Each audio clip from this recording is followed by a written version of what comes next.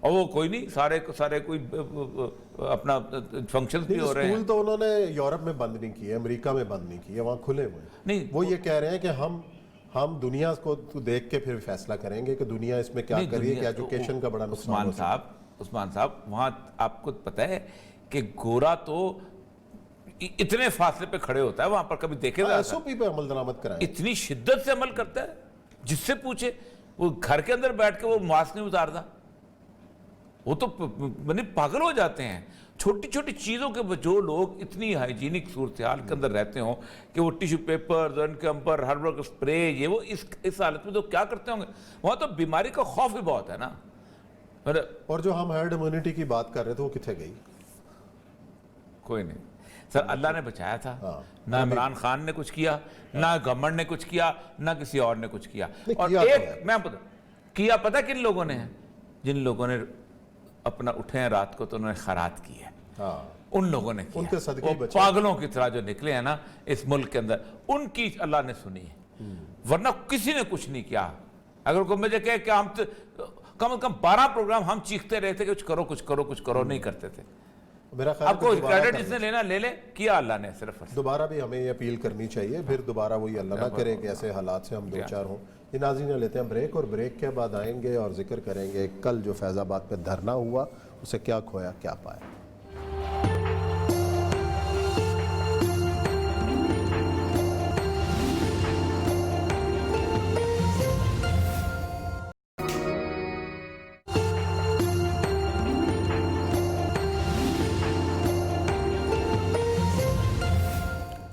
Break کے بعد پھر خوش آمدید. کل فیض آباد میں جو دھرنا ہوا تحریک لبیک کے زیر اہتمام, معاہدہ طے پایا حکومت کے ساتھ, جس کے مین نقاط یہ تھے کہ 3 ماہ کے اندر پارلیمنٹ سے منظوری کے بعد حکومت پاکستان جو ہے فرانس کے سفیر کو واپس بھیجے گی, اور فرانس میں اپنا سفیر جو ہے وہ تعینات نہیں کیا جائے گا. جو مقدمات درج کیے گئے گزشتہ 2-3 دن کے دوران اور جو گرفتاریاں عمل میں آئیں, ان تمام افراد کو جو ہے وہ رہا کر دیا جائے گا, اور فرانسیسی مصنوعات کا بھی بائیکاٹ کیا جائے گا. یہ تھے 4 نقاط جو کل کے معاہدے کے اندر طے پائے.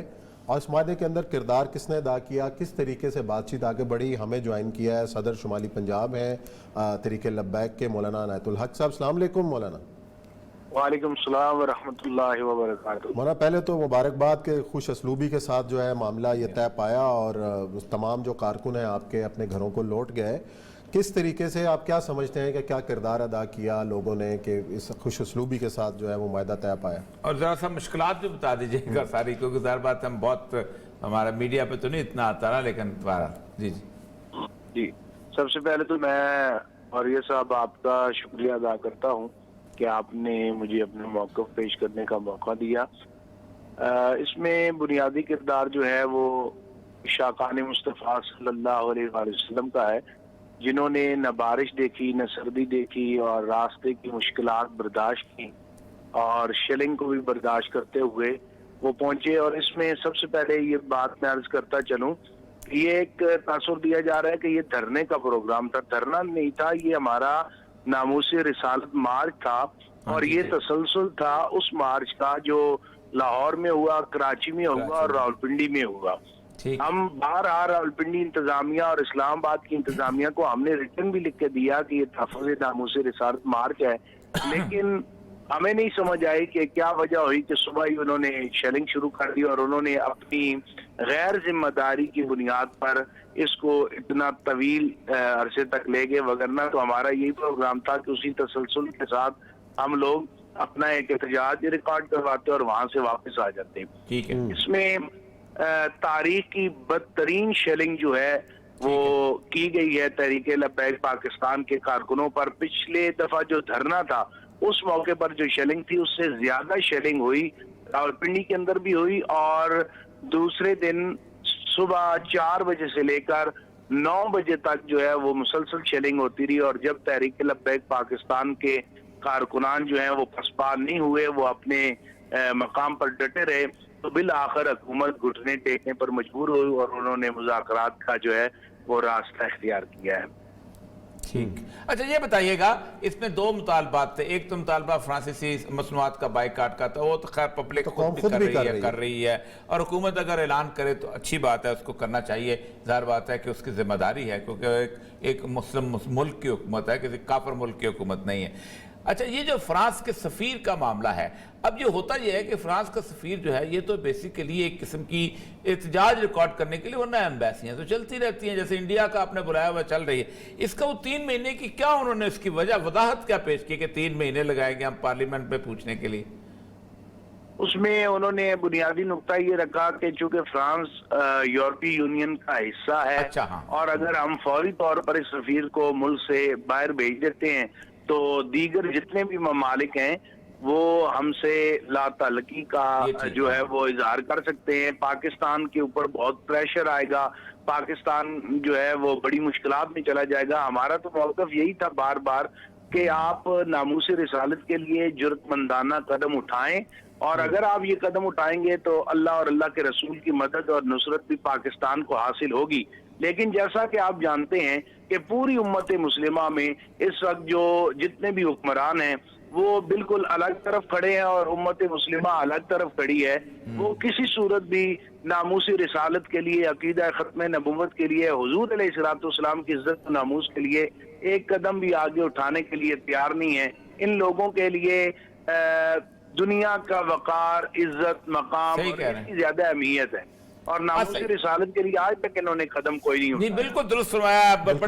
بڑے بنتے ہیں, خاص سعودی عرب ہے, ایران ہے, ترکی ہے, کوئی بھی اس طرح. ترکی نے تو بڑا دو ٹوک موقف اختیار کیا. سفارت کا بات یورپی یونین والی بات ہے نا, وہ انہوں کا کووننٹ ہے کہ پھر وہ سارے کے سارے. اچھا یہ مجھے بتائیے گا کہ اس آخری سوال آپ سے پوچھیں کہ اس دوران میں یہ سارا جو تھا معاملہ کا, اس کے اندر کوئی آپ ان سے ایک بات بھی منوا لیتے اگر, کہ ایک بہت سخت قسم کا قانون جو ہے انٹرنیشنل لیول کے اوپر اس کے لیے آگے پاکستان جو ہے پیش کرے, قدمی کرے.